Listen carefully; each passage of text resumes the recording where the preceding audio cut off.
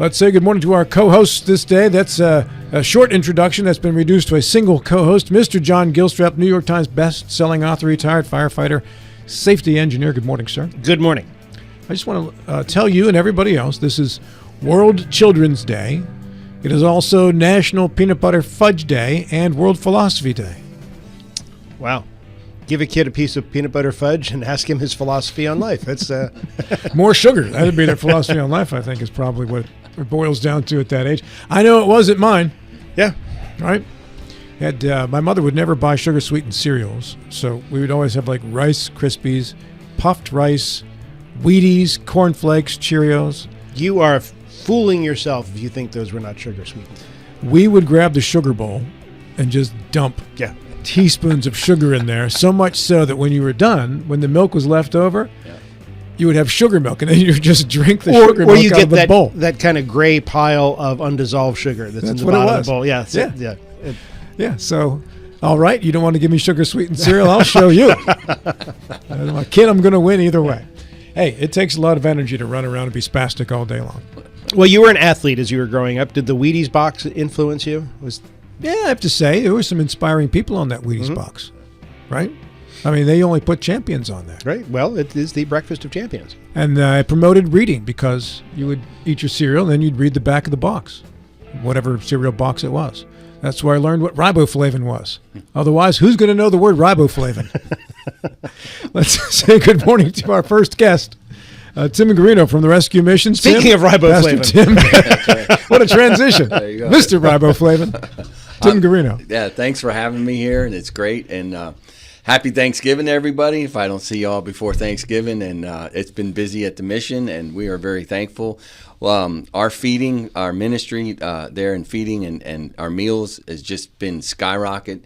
I mean, you can see the pictures on our Facebook page. The lines are literally out the door.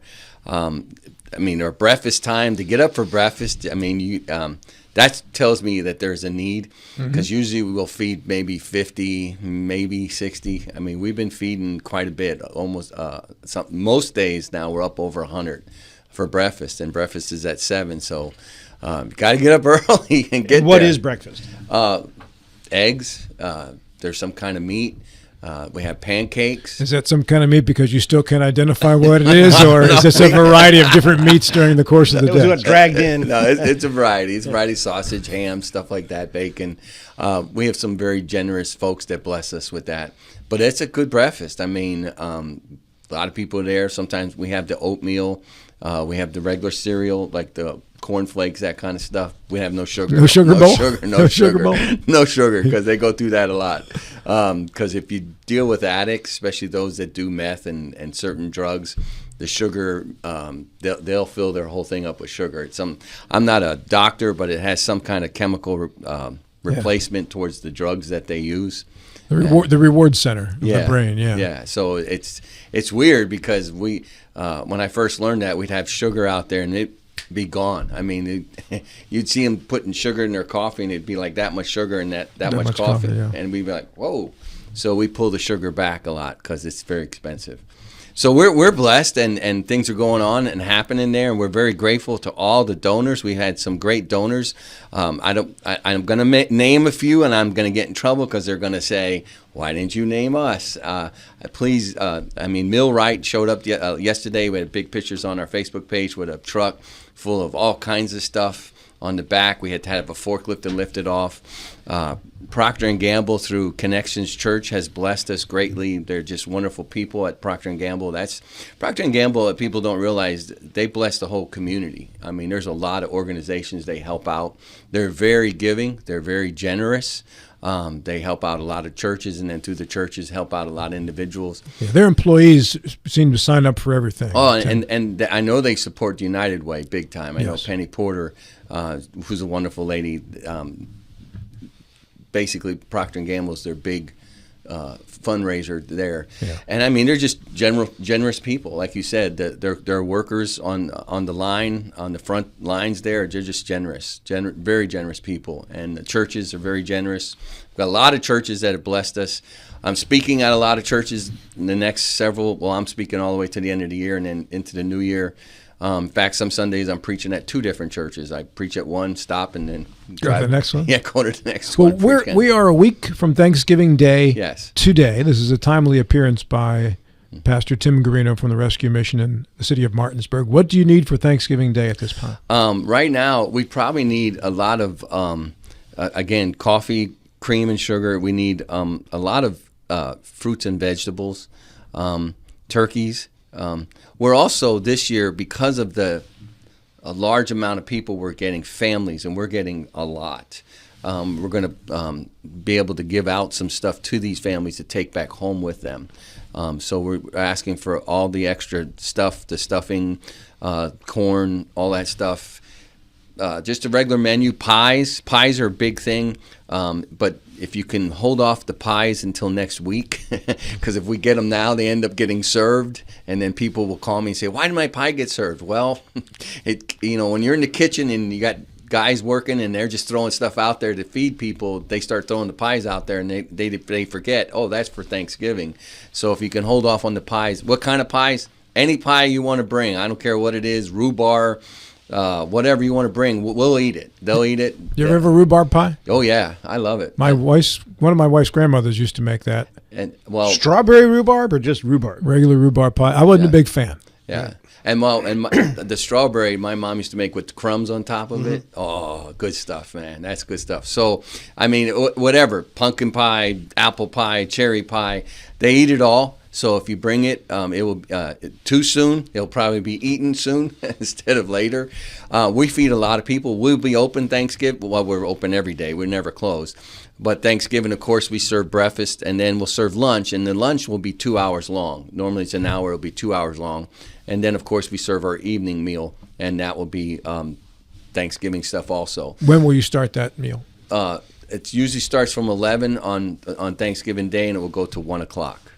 And so we feed a lot of people at that time. It's open to everybody. It's open to all the families. It's open to whoever wants to come in. We also have takeout. So if you want to come in and take out. Is there a cost? Oh, no. Never a cost. Make a donation? Yeah, but I mean, the people that come, we don't ask for any of that stuff. I mean, the donors are already there. They bless us. We have volunteers that come out. So no, there's never a cost to anything we feed, anything we do. People come in. We don't ask any questions on the people about, what's your income, what's your name, and all that kind of stuff. We don't do any of that stuff. You come in, you eat, we fellowship with you. We might ask your name, how's it going? Can we help you with anything else? We have a lot of clothes we've been giving away. We've been very thankful. There was a company that gave us a bunch of socks. We gave all them away. There's people giving us hats and gloves now because of the cold weather. We give a lot of that away. It just rips your heart out because I know on the weekends we see a lot of families coming in with children, and I thought it was going to slow down once supposedly the government opened up. It hasn't slowed down at all. In fact, it's more and more is climbing. Mm-hmm. So, I mean, it's a blessing. This community is very, very gracious and giving, and we're very thankful. We're very busy, but again, that's a good thing. I'm not complaining. My day starts early. Some reason somebody put my phone number on the bathroom wall, and I got a lot of calls this morning. My day starts real early, and it's a lot of fun. But we also have a lot of people now staying with us. Our apartments, we just had a family move out, another family move in. We got another family moving out in December. We already have several families lined up for that apartment, and that other family hasn't even moved out yet. Up at the Hope House, we got, I think, 2 rooms available up there, 2 or 3, and those are be about filled here by the weekend. It's just, I mean, it's and the guys, we always got guys coming in. We're probably in the upper 70s for the men staying at the mission right now. So, and we're a work facility. I mean, we don't sit around, sing Kumbaya all day and sit around and hold hands. Our guys are working. If you come in the rescue mission, they're working. They're cooking. They're out in the warehouse. If you go by our warehouse, it's packed. It's jammed. Our store, today we have $1 a day. Everything in the store is $1. And we're a real dollar store.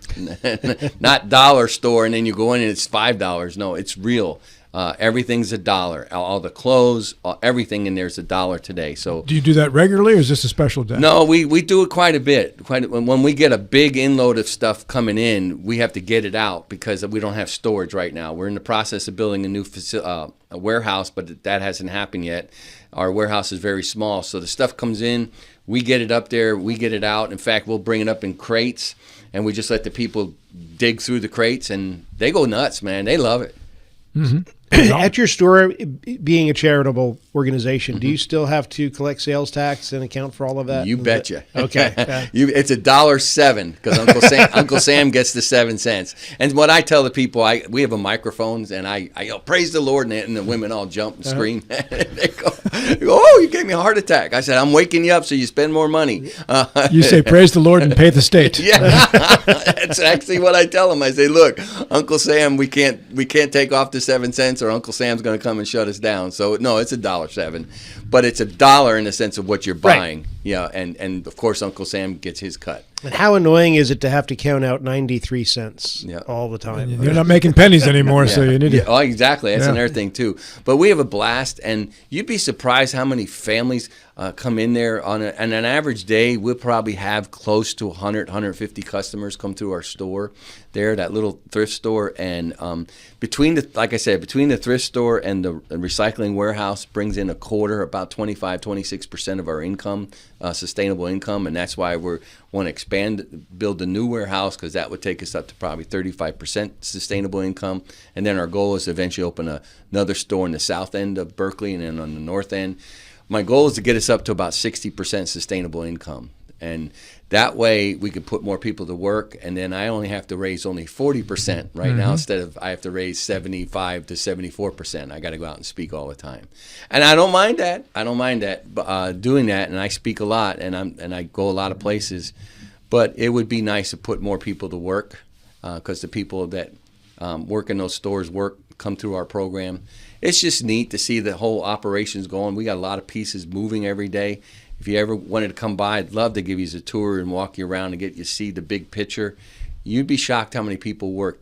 One of the things that when I give somebody a tour, the first thing they say to me is, number one, "I didn't realize you put everybody to work." Yes, we do. Yeah, you work according, like in your situation with a bad back, you'd be at the front desk greeting people. That's not the guy you want greeting people. Oh, we have some wonderful people there, and we have volunteers too. But I mean, that desk has to be manned 24/7 because we're open 24/7. We're open 7 days a week. We're never closed. What are the sleeping arrangements? Is it like a barracks? Yeah, it's like a barracks. We have some private rooms, but most of it is barracks. It's like barracks. It's open bay. Beds are next to each other with lockers behind the beds. And so we can get more people in that way. And plus it stays cleaner that way, because when we go in through clean, everybody puts everything up on the beds. You sweep under, you mop, you disinfect it. It's just easier when you've got that many people that you're housing. We don't stack. There are rescue missions that do the double bed, even triple bed. We don't, just because we deal with a lot of people with disabilities, so they'll fall off, Yeah. This way, if they fall off the bed, they're only falling maybe a foot, 2 foot, compared to several feet. Also, you don't have the competition of who gets top bunk, who gets bottom bunk. Yeah, we don't have those arguments and stuff like that. Who are you responsible for, Tim? Who is the mission responsible for? For the people that stay at the Martinsburg Union Rescue Mission. Not beyond those borders, I am not responsible. I heard you were mayor of homeless people. No, some people think I am. Some people think they'll call me up and they say, "Hey, your homeless people are out here," and I'm like, "Really?" I'm like, let me go check, because I think all my men and women are accounted for. No, I get that. I get those calls a lot, and many a times I will go out myself or along with one of my staff to that area, to that person, and talk to them and stuff like that.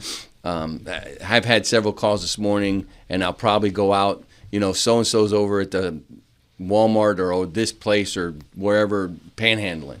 And I'm like, well, that's not our person. Well, they're homeless. Okay, I'll say it again. That's not our person, because our people know if they're caught panhandling anywhere, they get disciplined, because that's not what we do. When you come into the rescue mission, our job is to restore you both physically, spiritually, mentally, and make you successful to move on and get a real job, not panhandle. And a lot of our people that come in did panhandling, and they did a lot of stuff like that. But while they stay with us, we tell them, look, man, you can't be doing that stuff because you're going to work every day. You're either working inside the mission, you're assigned somewhere, or you get a job and you work outside the mission, and you could still stay at the mission up to 18 months, save your money. We have several gentlemen now that have just recently moved out, saved several thousands of dollars, and they moved out and now they got their own apartments and places like that. In fact, one gentleman just bought a car. We have a lady up at the Hope House who just bought a car, and she's doing real well in work. So that's the kind of stuff we do. The panhandling and all that stuff, those ain't my people. And you don't... Well, I'll put it this way. Do you recruit for people to come to the mission? No. No. I will go out and talk to those folks and say, hey, you could stay at the mission. You could come in. And here's the sad part is we know most of them that are doing that. And they actually come in for meals. And they'll come in for meals and laugh and joke, and especially this time of the year because it's called toxic charity. People feel empathy and guilty when they see somebody standing on the corner and they want to give them the money because they feel guilty about it. And they'll come in and laugh and they'll say, yeah, I'm getting a motel. I bought a bunch of coke and I'm buying a prostitute with the money that they just panhandled that people felt guilty for and gave them the money for. You know, our priest at the church I go to in Frederick just did a sermon about this not too long ago because he served in the city of Baltimore for a few years. And he was doing a sermon and he was hitting a lot of the same points that you are hitting. Yeah. And it was the first time many people had heard that, whereas I'd heard it from you several times. Yeah. And I think that surprises a lot of people because they want to feel good about themselves and they think they're doing something good. Yeah, and that's called toxic charity because you're really not helping that person. You're enabling that person to stay in where they're at and actually create more crimes. They're buying coke. They're buying a prostitute. crime, and more crimes. So, and I get it. You do what you want with your money. I've heard it before. Oh, Pastor Tim, that's my business. Okay, that's your business. But don't call me at 5 o'clock in the morning and tell me, hey, come and get your homeless person. Because you're helping that homeless person stay there. Why aren't they calling the police? I don't know. You would have to. Okay. Yeah, I can't get into that's not my area. I tell them to. I say, or I even say, call Kevin, call the mayor. Here's his number at home. No, I don't do that. Mayor, I don't do that. I don't. I told you don't want Gilstrap at your front desk. I warned you don't want Gilstrap at your front desk. No, I don't give out anybody's phone numbers, but I'll say to them, call the sheriff's department because a lot of times they're in the county zones where they know because the city of Martinsburg is pretty. I got to watch how I say this. City of Martinsburg is pretty aggressive on stopping things like that, and then they find those little spots that's county to where maybe not as aggressive. So here's a question that I'm sure you've heard before. So you're running an operation that has helped a lot of people. Oh, thousands. And the word has gotten out. But by doing so, are you then attracting more homeless people into Martinsburg? People could say that, but no. The answer is no. There's homeless. Let's be honest. West Virginia is known for the drug epidemic. Yep. I mean, way before the state was hit worse than any other state. Yeah. So I've heard many guests on here. We need more rehabs. We need more this. We need more that. Well, we're one of those, and we're not government funded. We don't take from the thing where the money was taken from the drug companies. Secular settlements. Yeah, and now we don't touch any of that money. In fact, our money's through donors and churches and individuals and corporations. It's all private, and we're a faith based. We're a working therapy. For a lot of rehabs, you go in and you sit there all day and you go through classes and you do stuff like that. There's no work therapy, and then you're out in 28 days. Which I'm not against those things. We send a lot of our people to those programs or detox and stuff like that.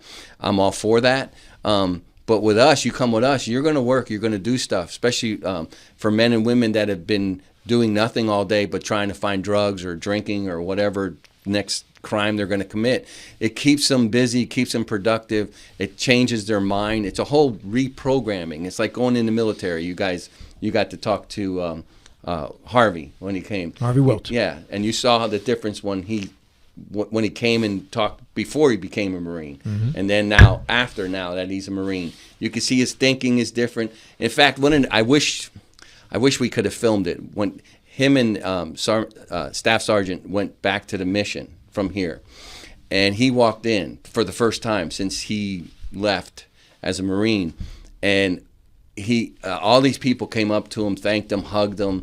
Just like, hey, Harvey, this is great. I mean, you could see he was tearing up because, and then he pulled me aside. He said, Pastor Tim, I didn't realize it would be this emotional. He said, when I came in here, when the police dropped me off and brought me here the first time, he said, people said hello to me and stuff like that, but I felt ashamed.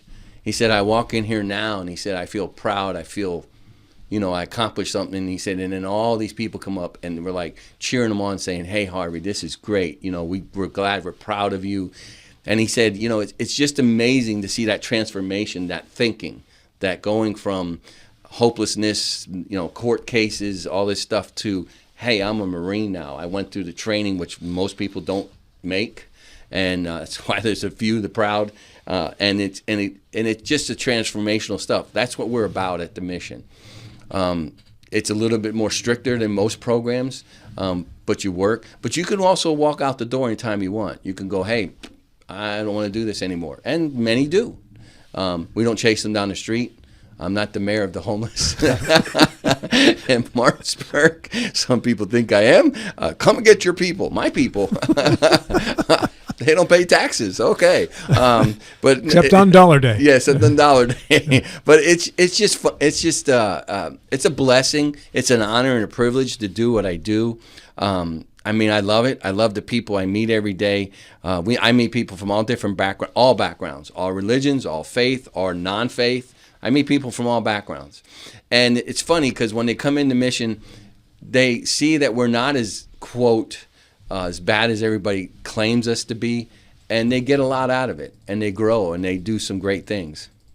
So we have a minute left. Why don't you take that minute to once again promote your Thanksgiving Day and what your needs are, sir? Sure. Right now, I mean, we really could use the finances also for all the other extra stuff we have to get. You go to MartinsburgUnionRescueMission.com, hit the donate button today for the Thanksgiving meal. Hey, folks, you know anybody? We do takeout, so if you got any elderly or anybody like that, come get a takeout. And thank you guys. And again, wish you guys a great Thanksgiving, a blessed time with your families. And, thank you for this opportunity and this voice here and for what you do for the community, because I love listening to the other folks that come on here. It's a blessing. It's very informational. Thank you, sir. Thank you. Turkeys already baked and brought to you, or you want frozen ones in advance? No, frozen ones. Yeah. And if fruits and vegetables, canned, frozen, or fresh, or does it matter? Oh, it doesn't matter. Okay. Yeah, we'll take all of them.